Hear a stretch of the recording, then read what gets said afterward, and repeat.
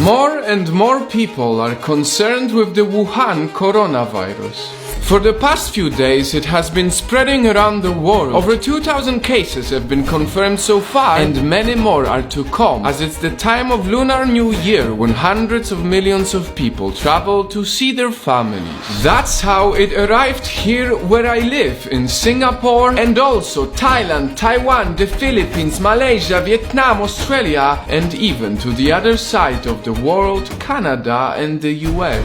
This video is the best image of how serious it is. One city in China building a hospital from scratch to be open just for the coronavirus patients. Because worst of all, the fatality rate of this virus is very similar to the Spanish flu that happened 100 years ago and killed 50 million people.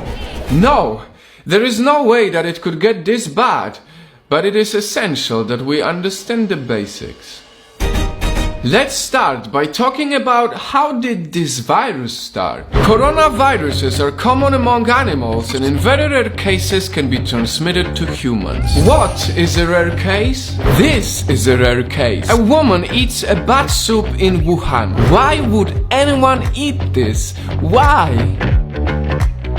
This is another rare case. People eat snake soups and snakes eat bats. All of these types of markets are potential virus cases. Although no one knows how the virus exactly started, it is confirmed that it was a market in Wuhan. So basic advice number 1, don't ever eat food that looks like this. Now moving on, what are the early symptoms?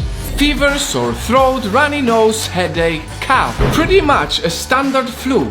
But I cannot stress enough how important it is that if you feel the symptoms right now, you don't go to work. You don't drive people in Ubers and sneeze at strangers. And more importantly, do not travel while sick.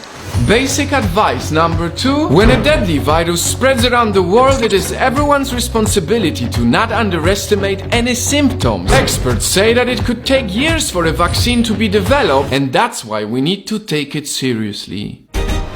Next on the list, how do you protect yourself? I know this might sound unimportant, but washing your hands is the most effective method to prevent the spread of pathogens. I highly advise you to wash your hands many times throughout the day and don't touch your eyes, nose or mouth with unclean hands. Other things that are proven to help is if you drink more water than usual and stay away from crowds. A lot of people also wear masks.